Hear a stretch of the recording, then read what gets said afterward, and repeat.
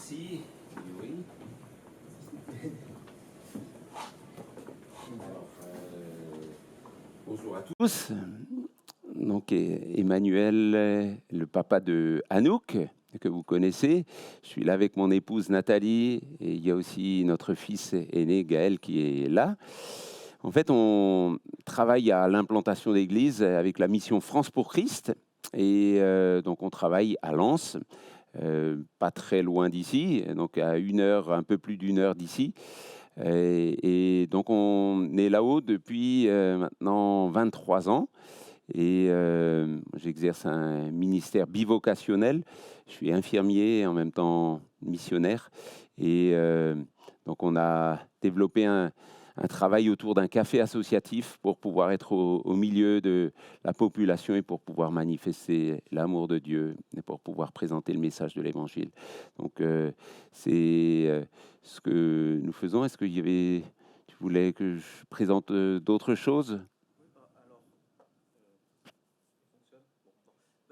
On a l'habitude dans notre église de demander aux prédicateurs qui viennent de l'extérieur deux sujets de prière.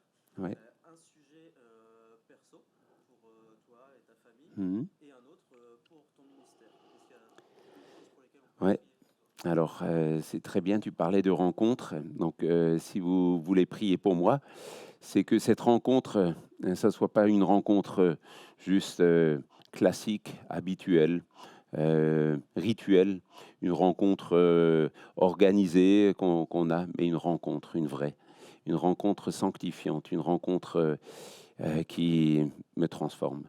Et ça, c'est absolument indispensable.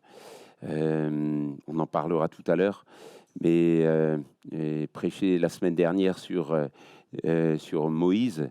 Moïse a demandé à Dieu, fais-moi voir ta gloire. Fais-moi voir ta gloire. Et Dieu lui dit, attends, tu ne peux pas voir ma gloire et vivre, tu ne peux pas me voir comme ça face à face et vivre. Donc, ce que je vais te montrer, tu pourras le voir, mais juste, tu pourras me voir juste de dos. Je te cacherai dans un creux du rocher, je mettrai ma main sur toi et tu verras ma bonté. Donc, une facette. Mais cette gloire de Dieu, si nous n'avons pas ce face-à-face avec Dieu, ben, on sera comme tout le monde. Il n'y a pas de différence, il n'y a rien qui change. Quand Moïse est descendu de la montagne, son visage était rayonnant, transformé. Tout le monde le voyait. Lui, il ne savait pas.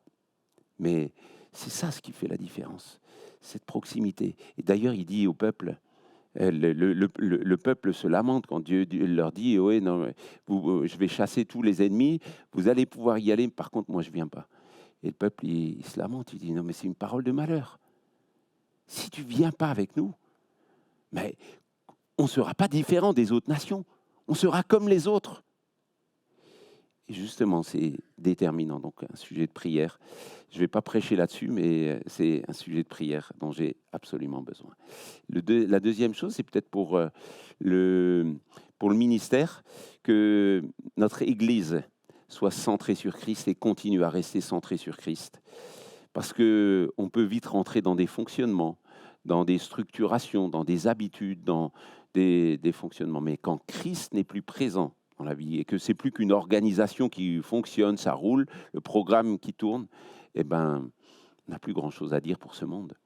Et donc ça, c'est en lien un peu avec cette préoccupation pour moi, à titre personnel aussi, que Christ reste au centre de l'Église de Lens pour qu'elle continue à rayonner, qu'elle continue à voir les gens, leurs besoins et à être cette main tendue de Dieu pour elle. Seigneur, je veux te remercier pour la présence d'Emmanuel parmi nous. Merci qu'il puisse venir annoncer ta parole aujourd'hui. Je te prie pour que cette rencontre puisse porter du fruit, que ce ne soit pas juste une rencontre organisée, mais un moment dans lequel puisse Ouais. effectivement se transformer pour chacun d'entre nous. Je te prie que ce soit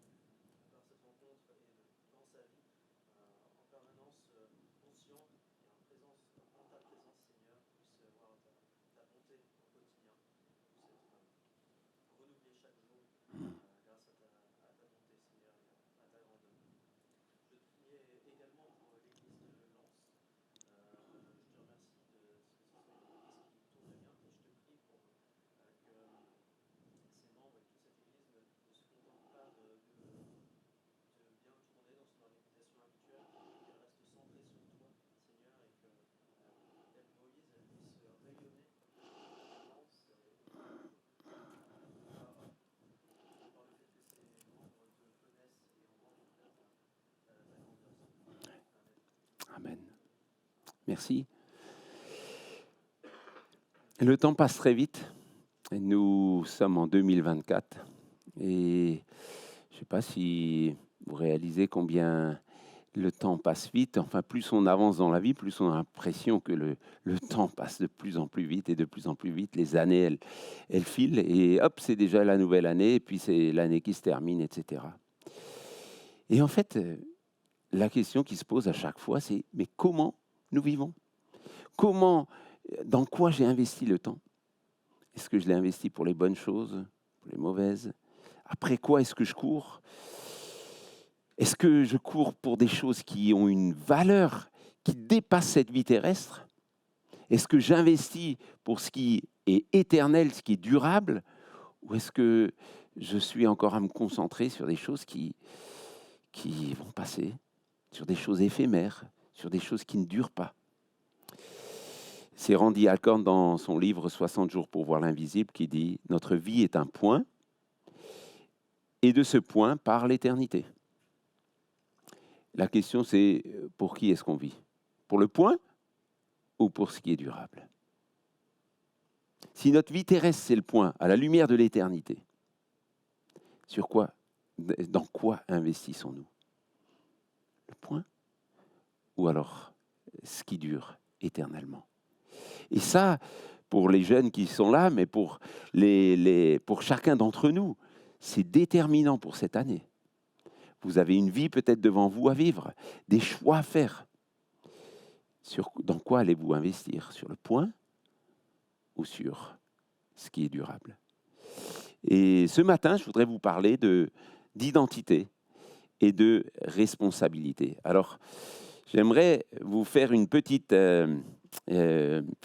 expérience avec vous. Alors, on a un café associatif à Lens, et dans ce café, ce qui est particulier, c'est qu'on a l'habitude de torréfier le café nous-mêmes.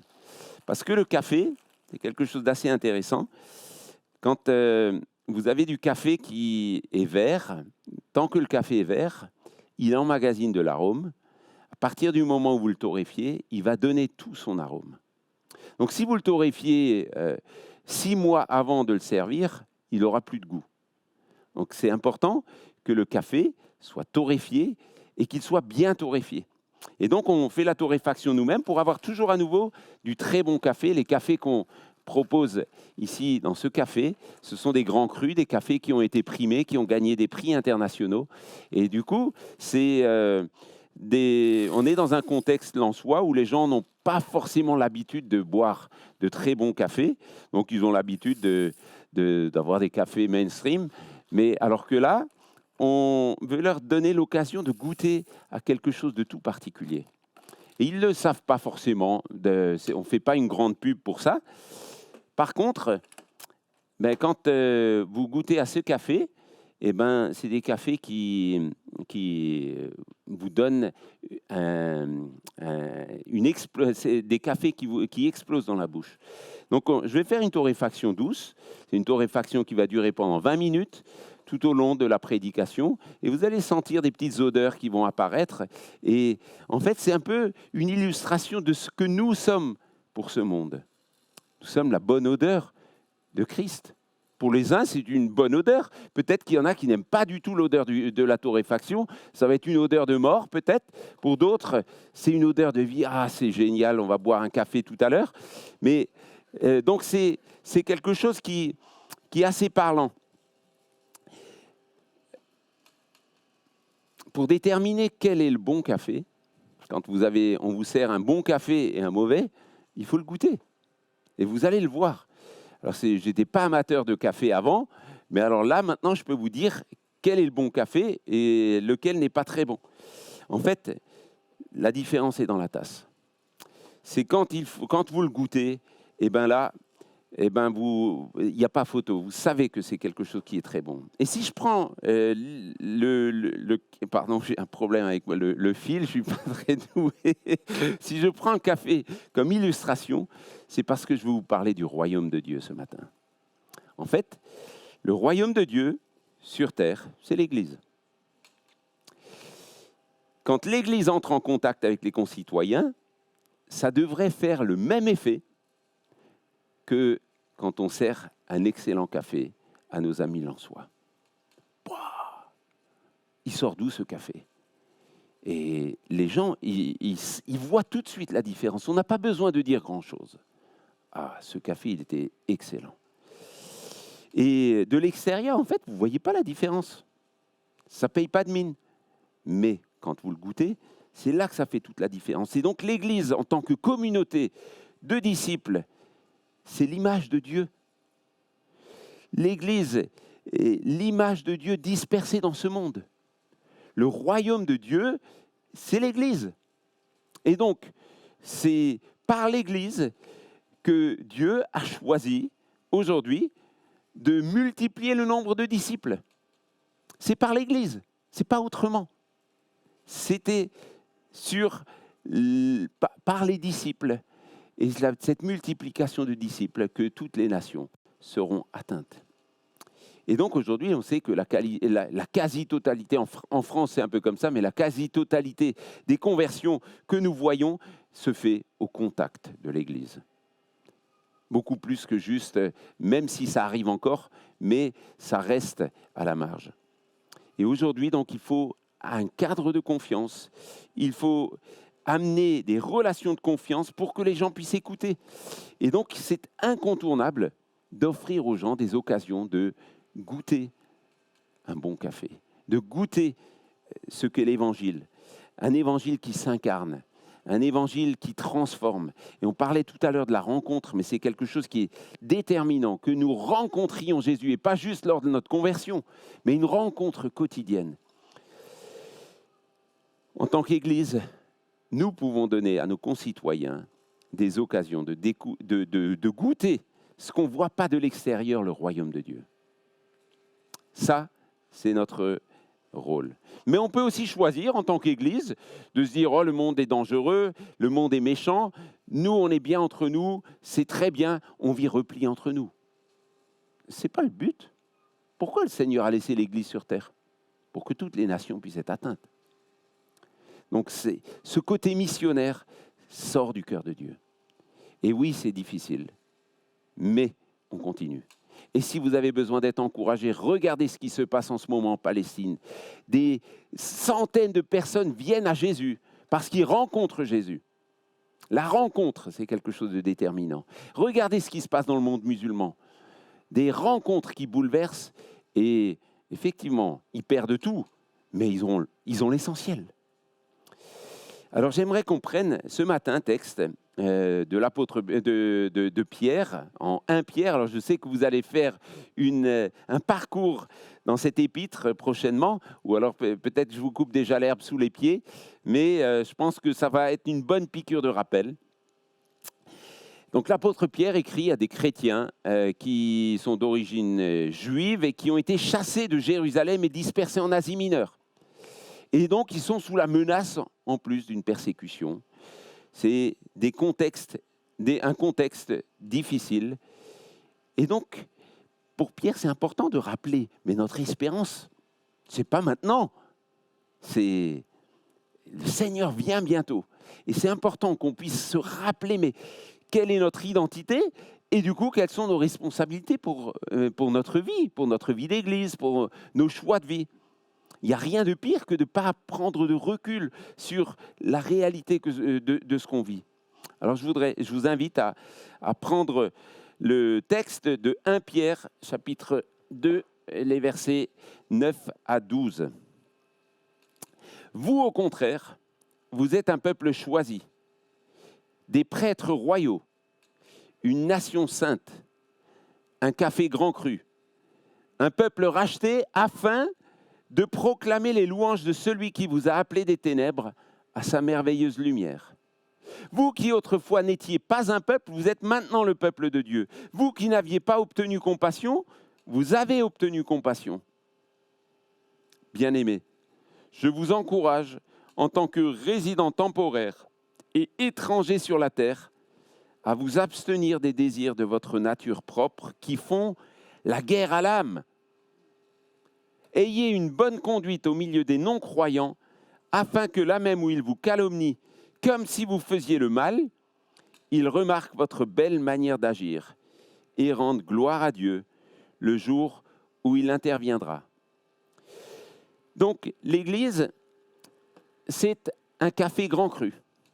Un café grand cru qu'on sert à nos concitoyens. Et dans ce contexte, il est question d'identité.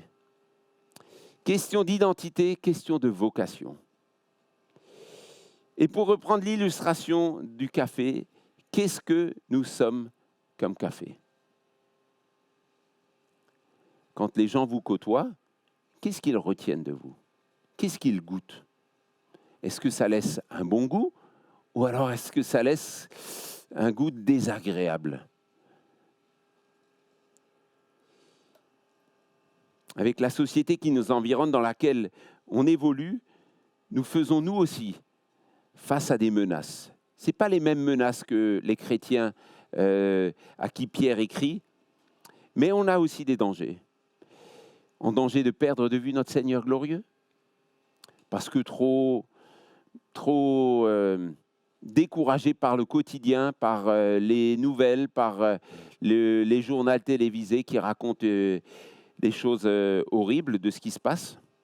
En danger d'oublier notre identité, d'oublier notre vocation, en danger de plus savoir pourquoi nous courons, de nous laisser endormir dans cette attente du retour du Seigneur, en danger de perdre le regard éternel sur les choses qui sont importantes, en danger de perdre notre saveur, des lampes sous le boisseau, des vies modelées d'après l'esprit de ce monde et qui perdent de vue que leur patrie est céleste, du café low cost, en danger de déconnexion aussi de notre société, parce qu'on est tellement bien entre nous, on est tellement bien.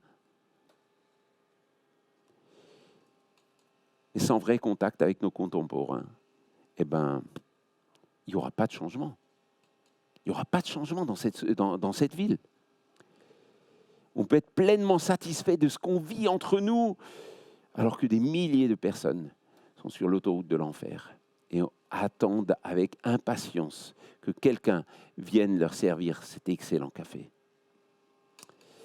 Notre génération, notre société a un besoin urgent de voir des hommes et des femmes qui comprennent leur identité, qui voient clair, qui savent où est leur trésor et qui le vivent dans le quotidien. Est-ce que nous aimons Jésus? Est-ce que je poursuis ce qui fait vibrer son cœur à lui? Ou est-ce que je suis là en train de faire ma petite cuisine, en train de poursuivre ce qui, moi, m'intéresse? Est-ce que je vis à la lumière de l'éternité? Ce que nous sommes au milieu de ce monde, c'est un café millésimé. Regardez ce qu'il dit. Pierre donne une liste descriptive de ce que nous sommes. Nous sommes une race élue. Nous sommes un corps de rois prêtres, des prêtres royaux. Nous sommes une nation sainte. Nous sommes un peuple racheté. Voilà notre identité qu'on ne doit pas perdre de vue. Et ce que nous sommes, c'est au Seigneur Jésus que nous le devons. Ce n'est pas nous. C'est pas nous, on est bon, nous, on fait le bien, nous, on sait faire de bonnes choses. Non, non, c'est au Seigneur Jésus qu'on le doit. Et c'est Jésus lui-même qui a rempli toutes les conditions que nous-mêmes, nous ne pouvions pas remplir. C'est ça, la nouvelle alliance. Dans l'ancienne alliance, il y avait Dieu qui a rempli sa part du contrat et le peuple qui devait remplir sa part. Dans la nouvelle alliance, c'est Dieu qui remplit sa part et c'est Christ qui remplit notre part, qui nous représente. Tout a été accompli pour nous, mais pas pour qu'on vive maintenant pour nous-mêmes. Si Jésus est venu et qu'il est mort, qu'il a donné sa vie, c'est pour qu'on ne vive plus pour nous-mêmes, mais pour celui qui est mort et ressuscité pour eux. C'est ce que Paul dit aux Corinthiens. Ça, c'est notre vocation, qu'on ne vive plus pour nous-mêmes. Et peut-être que tu es tellement découragé parce que tu tombes dans le panneau du péché, parce que tu vois toutes tes faillites, toutes tes incapacités, tu pètes des plombs, mais il faut que tu saches que ça ne change rien à ton identité. Ce que tu es, c'est ce que Dieu a fait en Jésus-Christ pour toi et qu'il t'applique. Nous sommes le choix de Dieu. C'est incroyable. alors que nous étions tous perdus, sans force, sans espérance, il nous a choisis. On n'était pas aimables, on n'était pas bons. Personne. Il nous a choisis. Nous sommes une race élue, un peuple choisi. Vous entendez le cœur de Dieu qui bat? Le cœur de Dieu bat pour nous. Nous sommes un corps de rois prêtres, c'est-à-dire un peuple qui a pour roi l'Éternel et qui a l'infini privilège et la mission de vivre cette communion, ce face-à-face avec lui. D'ailleurs, ce qui est intéressant, c'est que dans ce chapitre, Pierre commence en disant « Approchez-vous de lui ». C'est lui qui est la pierre principale. Approchez-vous de lui. Et c'est à mesure que nous nous approchons de lui que cet impact, qu'il va y avoir un impact dans notre vie. Vous êtes une nation sainte, une nation séparée, une nation à part, consacrée à l'Éternel, qui est appelée à démontrer ce que ça veut dire que d'être sous l'autorité directe de Dieu. Le royaume de Dieu, c'est l'Église. Sur terre, c'est l'Église. Nous sommes un peuple racheté, un peuple spécial que Dieu s'est acquis au prix du sang versé par Jésus. Vous entendez le cœur de Dieu qui bat? Peut-être que toi, tu te vois nul, que tu te vois incapable, que tu vois tout ce qui ne va pas dans ta vie. Entends ce message. Nous avons une identité incroyable. C'est notre identité. Nous sommes un peuple qui lui appartient. Nous sommes à lui, pas à nous. Nous sommes le peuple de Dieu. Nous sommes les bénéficiaires de la compassion de Dieu. Nous sommes étrangers sur terre, résidents temporaires. Vous sentez l'odeur? Pour certains, c'est peut-être une odeur qui dérange. C'est une odeur qui est agréable. D'ailleurs, si vous ouvrez la porte, à l'extérieur, les gens vont le sentir. Dans notre café, quand on torréfie, souvent, on ouvre la porte et les gens sentent l'odeur et ça les fait entrer. Ils aiment bien cette odeur. Et justement, quelle odeur est-ce qu'on dégage en tant qu'Église? Si Dieu nous a cherchés dans nos ténèbres en envoyant Jésus, ce n'est pas pour qu'on continue à vivre comme avant. C'est pour qu'on puisse s'attacher maintenant à vivre pour sa gloire. Dieu poursuit un but dans ma vie, qu'au travers de moi, malgré toutes mes limites, malgré mes échecs, malgré mes incapacités, son nom soit rendu grand sur la terre. Et il voudrait que ses préoccupations pour l'humanité se manifestent et se concrétisent au travers de moi. Alors, venons-en à nos responsabilités. Nous avons vu cette noble identité, mais nous avons une noble responsabilité. Vous, au contraire, vous êtes un peuple choisi, des prêtres royaux, une nation sainte, un peuple racheté, afin de proclamer les louanges de celui qui vous a appelé des ténèbres à sa merveilleuse lumière. L'Église, en tant qu'épouse promise, a une noble vocation. C'est servir maintenant les intérêts du roi des rois. Et ces intérêts, c'est que toutes les nations entendent parler du beau nom de Jésus. Et quand toutes les nations auront été atteintes par ce beau message de l'Évangile, il reviendra. C'est ça. On n'a pas besoin de spéculer. On n'a pas besoin de savoir est-ce que c'est maintenant. On a besoin de nous préoccuper de ce que toutes les nations entendent le message de l'Évangile. Et alors, il viendra. Donc, ne nous trompons pas de but. Voilà, la torréfaction avance très bien. Le café commence à changer de couleur. Et c'est aussi une question. Est-ce que, pour que le café, là, vous pouvez essayer. Si vous prenez ce café vert, vous essayez de le croquer, ça vous cassez une dent. Mais le café, une fois qu'il est torréfié, il va donner le bon arôme. Il faut se laisser torréfier pour que ça puisse vraiment servir ce pourquoi il est destiné. Donc, notre responsabilité, c'est d'annoncer Dieu. Pour quelle mission Dieu nous a choisis? Pour annoncer ce merveilleux message, pour annoncer les louanges, proclamer les louanges de celui qui nous a sortis de nos ténèbres, pour nous amener à sa lumière. Le terme grec qui est traduit ici par annoncer, c'est un terme qui signifie dire à l'avance, dire en exclusivité, quelque chose qui n'est pas encore connu. Et ça, c'est notre rôle.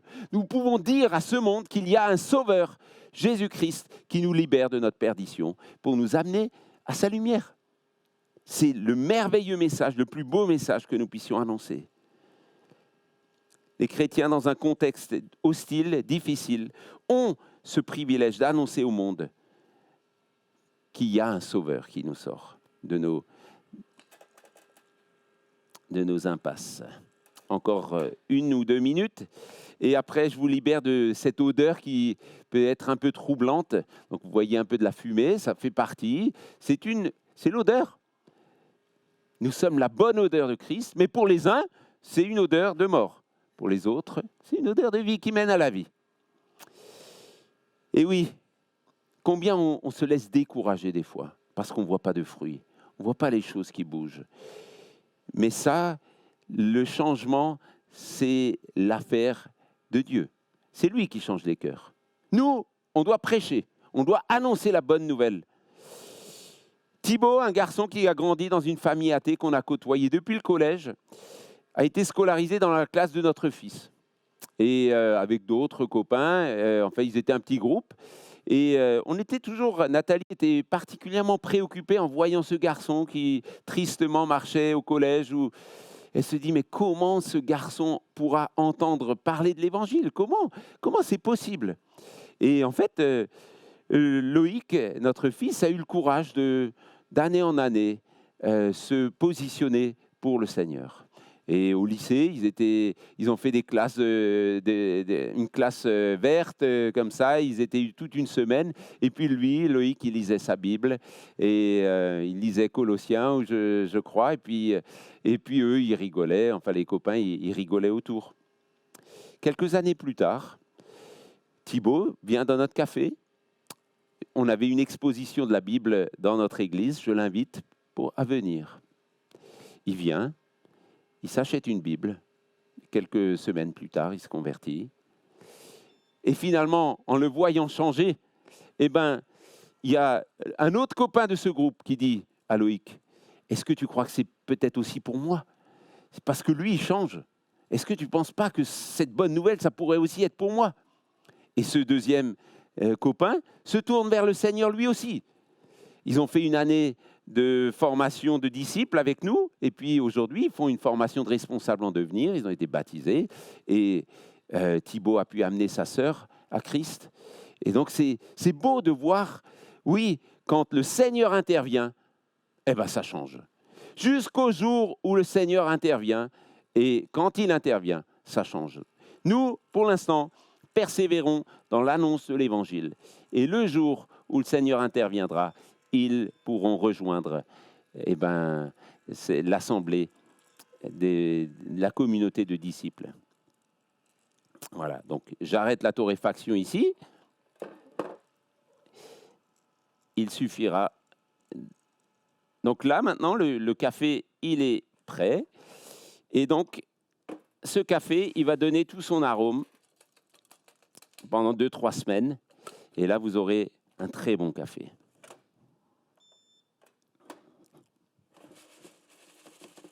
Voilà.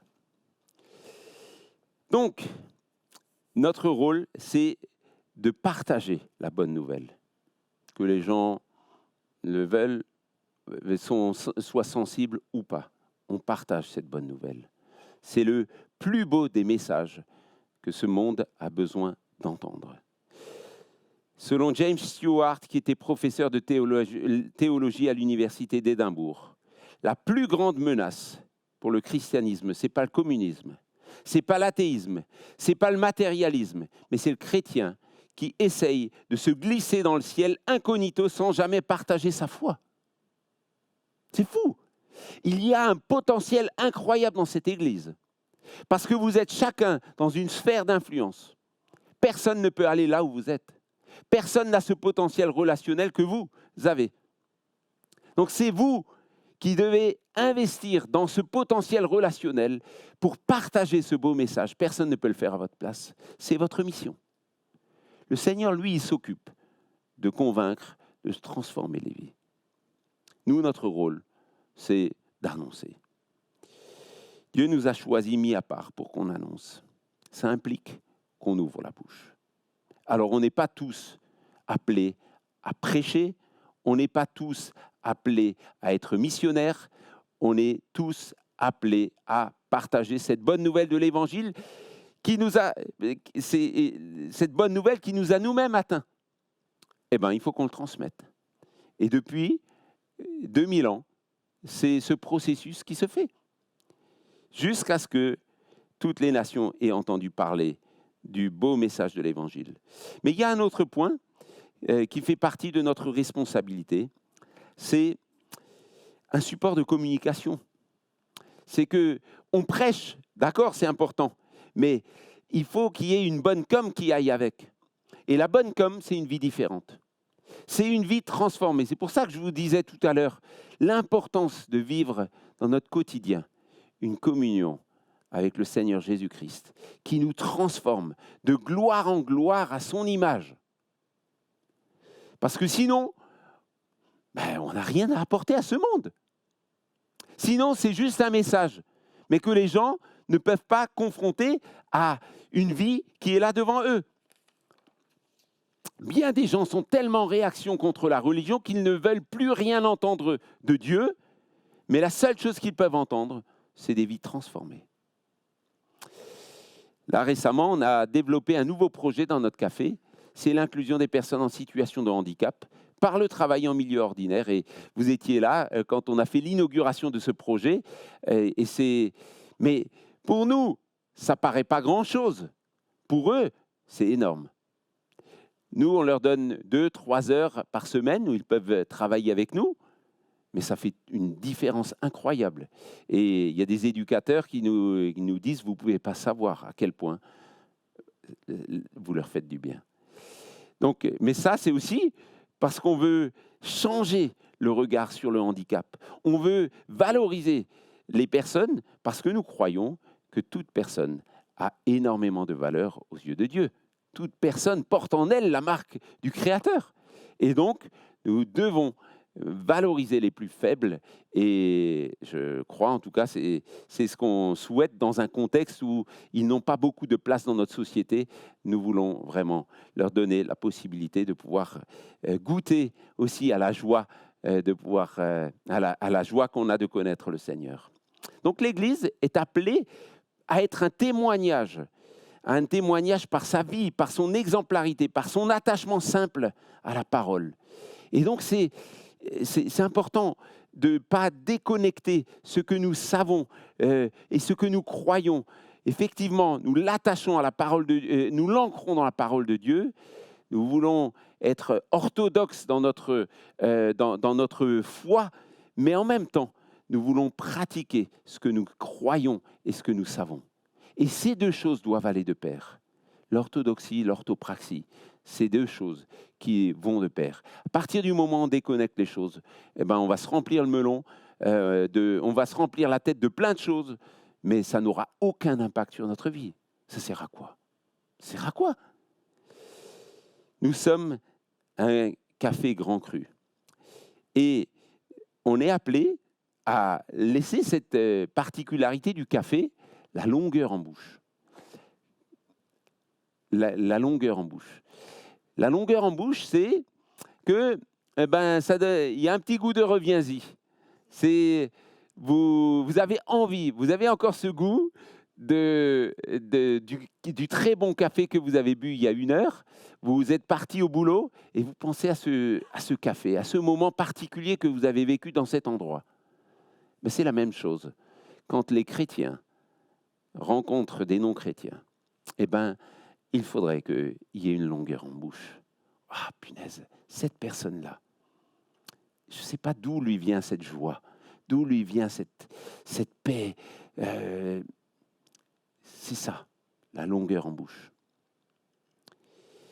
Ça devrait leur laisser un goût incroyable qui leur donne envie de nous rencontrer encore et encore et encore.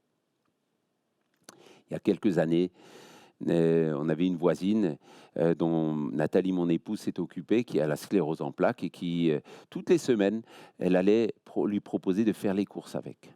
Pendant 14 ans, jusqu'à ce qu'un jour, et donc Nathalie l'encourage à lire la Bible, mais toutes les semaines, elle allait faire les courses, parce que sa propre famille ne le faisait pas, et ils habitaient pas très loin. Et jusqu'à ce qu'un jour, elle dise, cette année, je veux comprendre le message de la Bible. Et là, Dieu intervient dans sa vie, et finalement, elle a pu se convertir, et elle va se faire baptiser, là, normalement, dans un mois. Donc, c'est étonnant. Ne nous décourageons pas, ça a duré 15 ans. 15 ans de service fidèle à faire les courses jusqu'au jour où Dieu interviendra. Donc vous ne voyez pas, vous vous dites, ouais, ça ne sert à rien ce que je fais. C'est des fois des petites choses. C'est des fois juste un café qu'on sert avec un sourire. Ou c'est des fois juste un petit coup de main. Mais c'est des choses qui peuvent être raisonnées pour l'éternité. Donc ne pensons pas que nous ne savons pas faire grand-chose. Nous, c'est inutile, tout ce qu'on fait, on sait. Non, tout ça, ça a de la valeur dans le royaume de Dieu. Donc nous sommes appelés à mener une vie sainte. Bien-aimés, je vous encourage en tant que résidents temporaires et étrangers sur la terre à vous abstenir des désirs de votre nature propre qui font la guerre à l'âme. Donc on est étrangers et voyageurs. Un autre rappel de notre identité. On est étrangers et voyageurs sur cette terre. Juste de passage. On a eu la crise des migrants. Eh bien, les migrants, ils n'avaient plus rien. Ils sont dans un endroit qu'ils ne connaissent pas, une langue qu'ils ne connaissent pas, avec des repères qui sont tout autres que les leurs qu'ils avaient, et donc sans droit, sans assurance. Eh bien, nous sommes, nous, juste des gens de passage sur cette terre, juste des migrants. Est-ce qu'on a encore cette vision-là? Ou est-ce qu'on est tellement bien installé, définitivement, sur cette terre, comme si nous allions vivre une éternité entière ici-bas? Non, nous sommes juste de passage. Et vous savez combien la vie est courte, et combien elle n'est qu'un souffle, combien ça passe et nous nous envolons. Paul écrit, nous sommes citoyens des cieux, d'où nous attendons aussi comme sauveur le Seigneur Jésus. L'Épître aux Hébreux nous rappelle que nous n'avons pas ici de cité permanente, mais nous cherchons celle qui est à venir. Qu'est-ce que nous cherchons? Qu'est-ce que nous cherchons?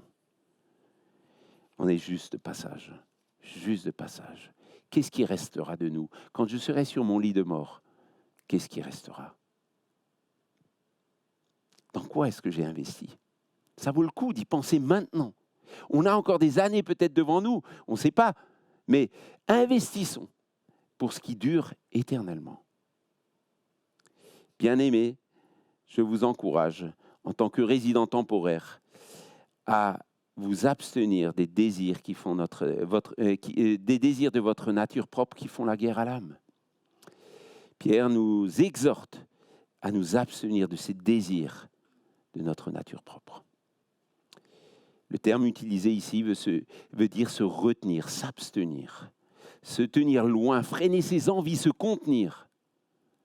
Nous sommes appelés à nous tenir loin et pas en essayant de se rapprocher le plus de la ligne blanche, mais en vivant le plus loin, en regardant dans la bonne direction. Appelés à se tenir à distance, à renoncer. Qu'est-ce que ça peut éteindre un chrétien dans son témoignage quand il cède à ses désirs, aux désirs qui font la guerre à l'âme? Et c'est une guerre, c'est un terme très très fort. C'est pas juste, ouais, ça va un peu. C'est une guerre à l'âme. Quand nous cédons à notre nature, on perd complètement la vision. Ce qui est intéressant avec les cafés, c'est que si on ne nettoie pas quotidiennement le porte-filtre, il y a la graisse du café qui vient se déposer. Et ça donne un goût un peu... ça donne une amertume. et une amertume au café. Un jour, j'ai servi un café à notre fournisseur de café. Et puis il me fait, bah, dis donc, ton café, il a un petit goût d'amertume qui ne devrait pas être là. Et un goût de rance, un peu. Il y avait un peu quelque chose de bizarre. Il me dit, t'as nettoyé ton porte-filtre? Et je ne l'avais pas nettoyé le matin. Donc il y avait, effectivement, on voyait les dépôts, et je l'ai nettoyé, le café n'avait pas le même goût.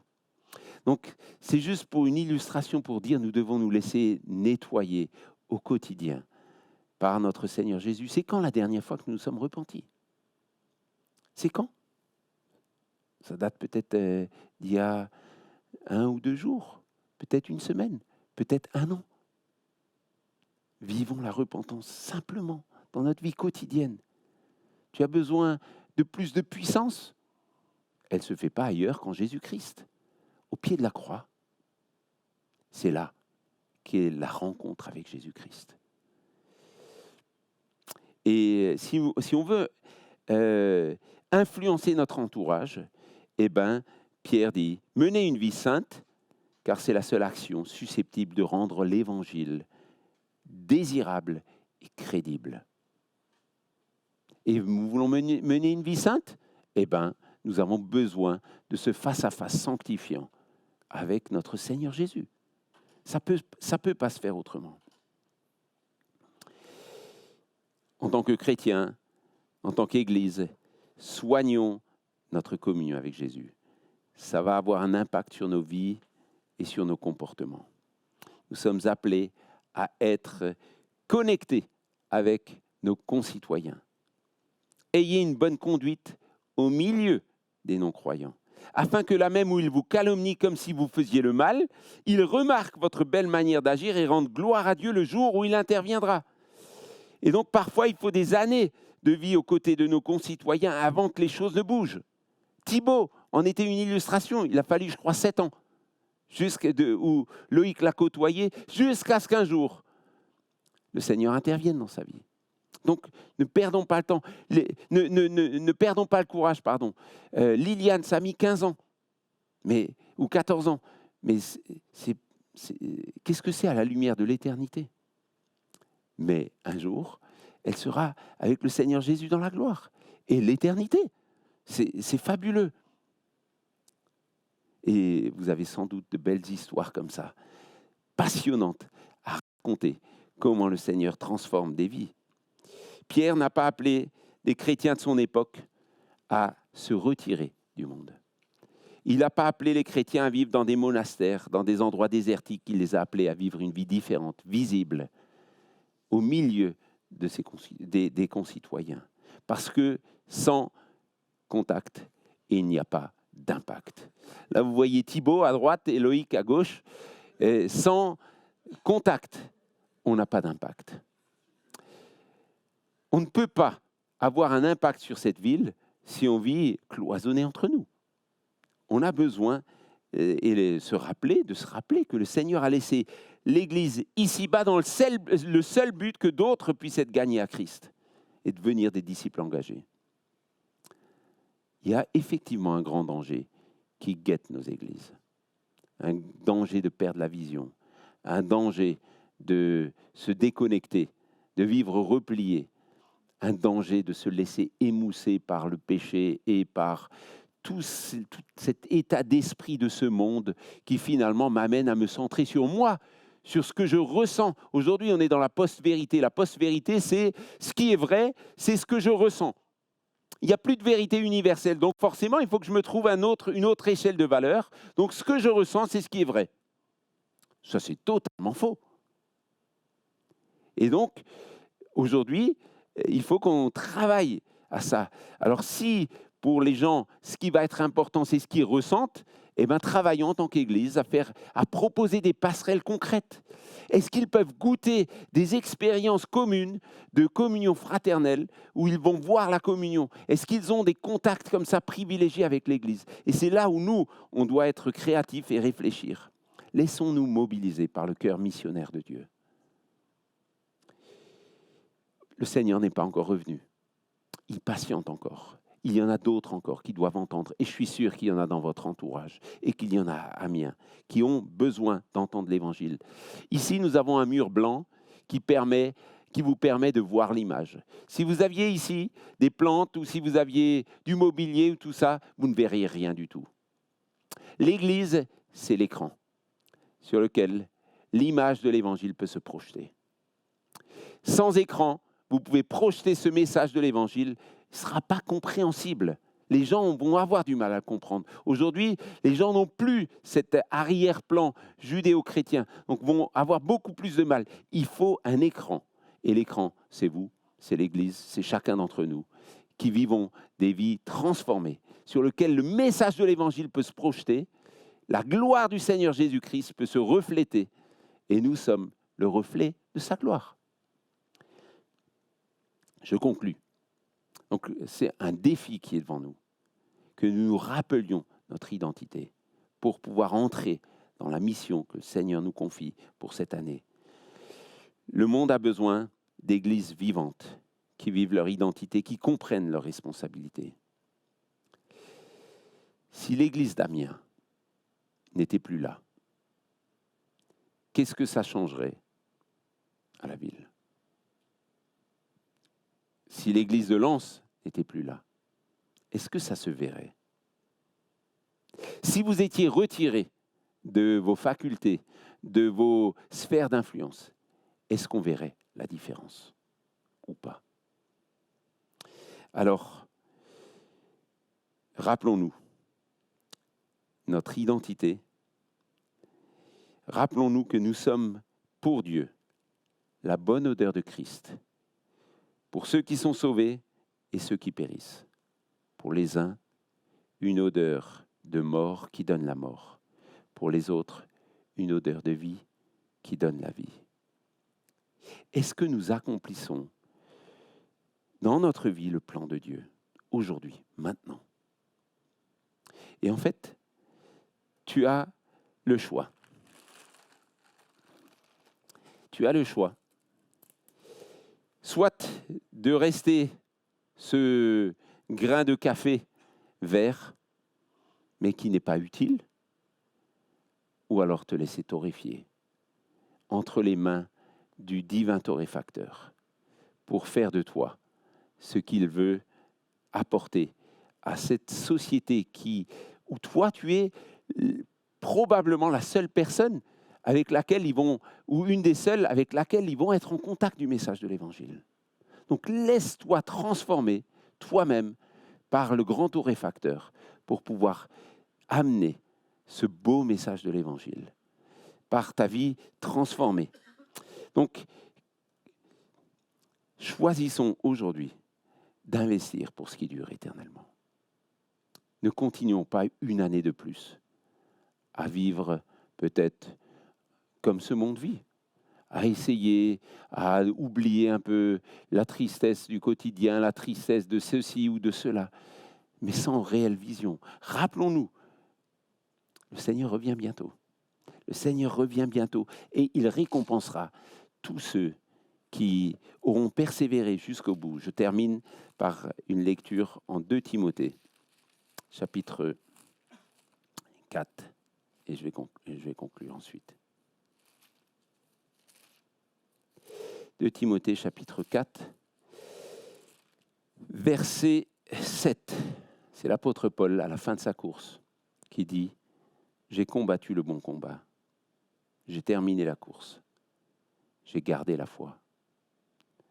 Désormais, la couronne de justice m'est réservée. Le Seigneur, le juste juge, me la remettra ce jour-là, et non seulement à moi, mais aussi à tous ceux qui auront attendu avec amour sa venue. » Est-ce que tu attends avec amour sa venue? Que nous puissions ensemble, un jour, dire « J'ai combattu le bon combat. J'ai terminé la course. J'ai gardé la foi. » Prêt à recevoir cette couronne que le Seigneur nous remettra. En tout cas, que le Seigneur vous encourage pour cette nouvelle année, vous bénisse votre témoignage dans cette ville. Amen. Je peux encore prier? Oui. Seigneur, un grand, grand merci Parce que ton cœur, c'est un cœur débordant d'amour. Tu l'as manifesté en Jésus-Christ en venant nous chercher, nous qui n'étions pas dignes d'autre chose que de recevoir ta colère. Nous qui ne méritions rien d'autre que d'être condamnés. Eh bien, toi, tu as choisi de prendre notre condamnation sur toi. Tu t'es offert pour nous, pour que nous puissions maintenant avoir un avenir éternel dans ta présence. Seigneur, je te prie que tu nous encourages à nous rappeler notre identité, à ne pas nous détourner de cette identité incroyable que tu nous confères. Nous sommes à toi. Nous sommes une nation sainte, un peuple de rois prêtres, un peuple racheté pour te servir toi. Nous t'appartenons à toi et pas à nous. Alors je te prie que tu nous renouvelles dans notre vision de ta gloire, que tu nous renouvelles dans notre communion avec toi pour que nous puissions entrer dans cette mission que tu nous confies, assumer ces responsabilités que tu veux pour nous. Je te prie, Seigneur, que tu relèves celui qui est tombé, que tu encourages celui qui est découragé, que tu illumines les yeux de notre cœur pour que nous puissions voir ta gloire, pour que nous puissions voir notre Seigneur Jésus-Christ glorieux qui revient bientôt chercher son Église. Et qu'en attendant ce grand jour, nous puissions hâter ta venue en partageant ce beau nom de Jésus-Christ, en partageant cette bonne nouvelle autour de nous. Amen.